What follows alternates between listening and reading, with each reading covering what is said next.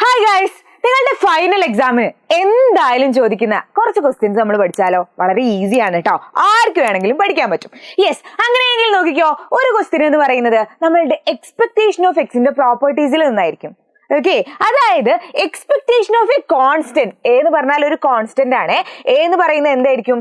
A തന്നെ ആയിരിക്കും. അതായത് നിങ്ങളോട് ചോദിക്കുക എക്സ്പെക്ടേഷൻ ഓഫ് 3 എത്രയാന്ന് ചോദിക്കുക, നിങ്ങൾ എന്ത് പറയണം? യെസ്, 3 തന്നെയാണ്.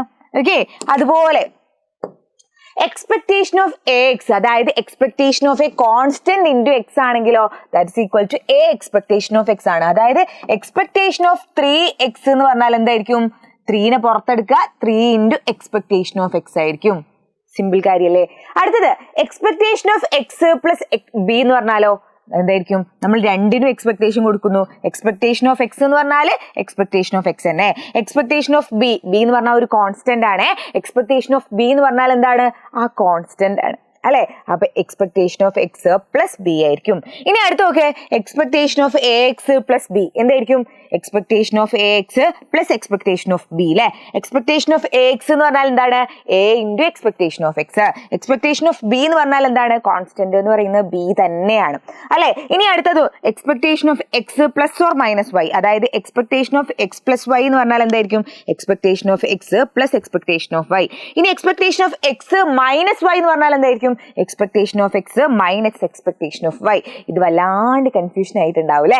ഒന്നും ആലോചിക്കാനില്ല, ഇത്രേ ഉള്ളൂ കാര്യം. എക്സ്പെക്ടേഷൻ ഓഫ് എ കോൺസ്റ്റന്റ് എന്ന് പറയുന്നത് എന്തായിരിക്കും? ആ കോൺസ്റ്റന്റ് ആയിരിക്കും. എക്സ്പെക്ടേഷൻ ഓഫ് 3 എന്ന് പറയുന്നത് 3 തന്നെയാണ്. അതുപോലെ തന്നെ ഒന്ന് അതാണ് കേട്ടോ വളരെ ഇമ്പോർട്ടന്റ് ആയിട്ടുള്ളത്. ഇവൻ എന്തായാലും ഇമ്പോർട്ടന്റ് ആണ്. ഇനി എക്സ്പെക്ടേഷൻ ഓഫ് എ എക്സ് എന്ന് പറഞ്ഞാൽ എന്താണ്? എക്സ് ഒരു കോൺസ്റ്റന്റ് ഇൻറ്റു എക്സ് എന്ന് പറഞ്ഞാൽ കോൺസ്റ്റന്റിനെ ജസ്റ്റ് പുറത്തെടുക്കുക, ദെൻ എക്സ്പെക്ടേഷൻ ഓഫ് എക്സ് എഴുതുക. ഇത് രണ്ടും നിങ്ങൾക്ക് പഠിച്ചു വെക്കാൻ എന്തെങ്കിലും പണിയുണ്ടോ? ഒരു പണിയില്ലല്ലോ. ഈ രണ്ട് കാര്യം ഒന്ന് ഓർത്ത് വെക്കുക, അത്രയേ ഉള്ളൂ പരിപാടി. ഇനി അടുത്തത് വേരിയൻസിനും പ്രോപ്പർട്ടീസ് ഉണ്ട്. അതായത് വേരിയൻസ് ഓഫ് എ കോൺസ്റ്റന്റ് എന്ന് പറയുന്നത് കോൺസ്റ്റന്റ് അല്ല. വേരിയൻസ് ഓഫ് എ കോൺസ്റ്റന്റ് എന്ന് പറയുന്നത് 0 ആണ്. ഓക്കെ, അടുത്തത് വളരെ പ്രധാനപ്പെട്ട നോക്ക്, വേരിയൻസ് ഓഫ് എക്സ്, അതായത് variance of a constant into X എന്ന് പറഞ്ഞാൽ എന്താണെന്നറിയോ? കോൺസ്റ്റന്റിന് വേരിയൻസ് ഓഫ് എക്സ് അല്ല കേട്ടോ. എന്തായിരിക്കും? എനെ പുറത്തെടുക്കുമ്പോൾ നമുക്ക് എ സ്ക്വയർ എന്നാ പറയാ. A square variance of X. അതായത് വേരിയൻസ് ഓഫ് 3x എന്ന് പറഞ്ഞാൽ എന്താണ്? നമ്മളുടെ എക്സ്പെക്ടേഷൻ ഓഫ് 3x ആണെങ്കിൽ 3 ഇൻറ്റു എക്സ്പെക്ടേഷൻ ഓഫ് എക്സ് ആയിരുന്നു. പക്ഷെ ഇവിടെ വേരിയൻസ് ഓഫ് 3x എന്ന് പറഞ്ഞാൽ സിമ്പിൾ ആണ് കാര്യം. അതായത് 3നെ പുറത്തെടുക്കുമ്പോൾ വെറും 3 അല്ല, മുകളിൽ 3 സ്ക്വയർ ഉണ്ടാവും. 3 സ്ക്വയർ വേരിയൻസ് ഓഫ് എക്സ് ആയിരിക്കും. ഓക്കെ, അതായത് 9 വേരിയൻസ് ഓഫ് എക്സ് ആയിരിക്കും. ഇനി അടുത്തത് variance of A X plus B എന്തായിരിക്കും? നിങ്ങൾ നോക്കി നോക്ക്, A square into variance of X plus variance of B എന്ന് പറയുന്നത് 0 അല്ലെ? ഇനി അടുത്തത് variance of X plus or minus Y, അതായത് variance of X plus Y എന്ന് പറഞ്ഞാലും variance of X plus variance of Y ആണ്. ഇനി variance of X minus Y എന്ന് പറഞ്ഞാലും എന്ത് തന്നെയാണ്? Variance of X plus variance of Y ആണ്. അതായത് നമുക്ക് variance of X plus Y എന്ന് പറഞ്ഞാലും ഇവന്മാർക്ക് രണ്ടാർക്കും വേരിയൻസ് കൊടുക്കുന്നതാണ്. അതുപോലെ variance of X minus Y എന്ന് പറഞ്ഞാലും എന്ത് തന്നെയാണ്? Variance of X plus variance of Y തന്നെയാണ്. സിമ്പിൾ ആയിട്ടുള്ള കാര്യമല്ലേ? എടാ, നിങ്ങൾക്ക് നല്ല കൺഫ്യൂഷൻസ് ഉണ്ടാവും എന്ന് എനിക്കറിയാം. ഇതെങ്ങനെയാണെടാ ഇതിലേക്ക് നമ്മളുടെ ക്വസ്റ്റ്യനിലേക്ക് അപ്ലൈ ചെയ്യാന്നുള്ളതായിരിക്കും അല്ലെ?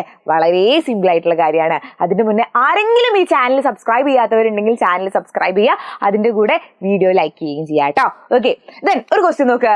For 2 discrete random variable x and y, expectation of x എന്ന് പറഞ്ഞാൽ 12 ആണ്. എക്സ്പെക്ടേഷൻ ഓഫ് y എന്ന് പറഞ്ഞാൽ എന്താണ്? 3 ആണ്.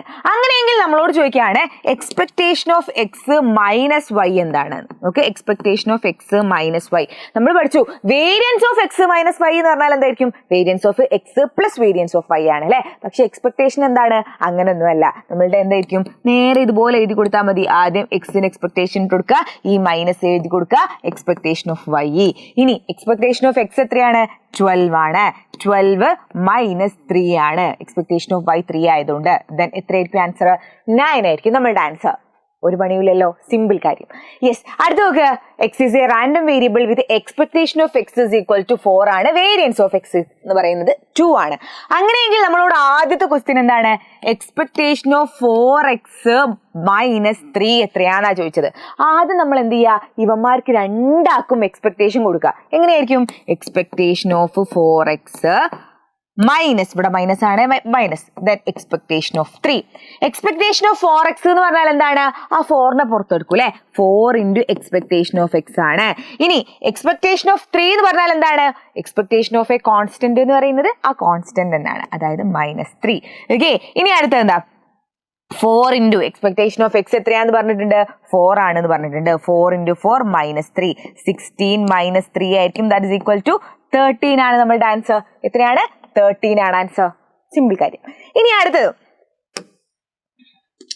വേരിയൻസ് ഓഫ് 2x + 3 എന്താടാ വരിക? Variance of 2x + variance of 3 എന്നായിരിക്കും അല്ലെ? ഒരു പണിയില്ല. ദെൻ വേരിയൻസ് ഓഫ് 2x എന്ന് പറഞ്ഞാൽ എന്താണ്? 2 into വേരിയൻസ് ഓഫ് x ആണോ? അല്ല, 2നെ മാത്രം പുറത്തെടുത്താൽ മതിയോ? ഇല്ല അല്ലെ, 2 സ്ക്വയർ ഉണ്ടാവും. 2 സ്ക്വയർ വേരിയൻസ് ഓഫ് x ആയിരിക്കും.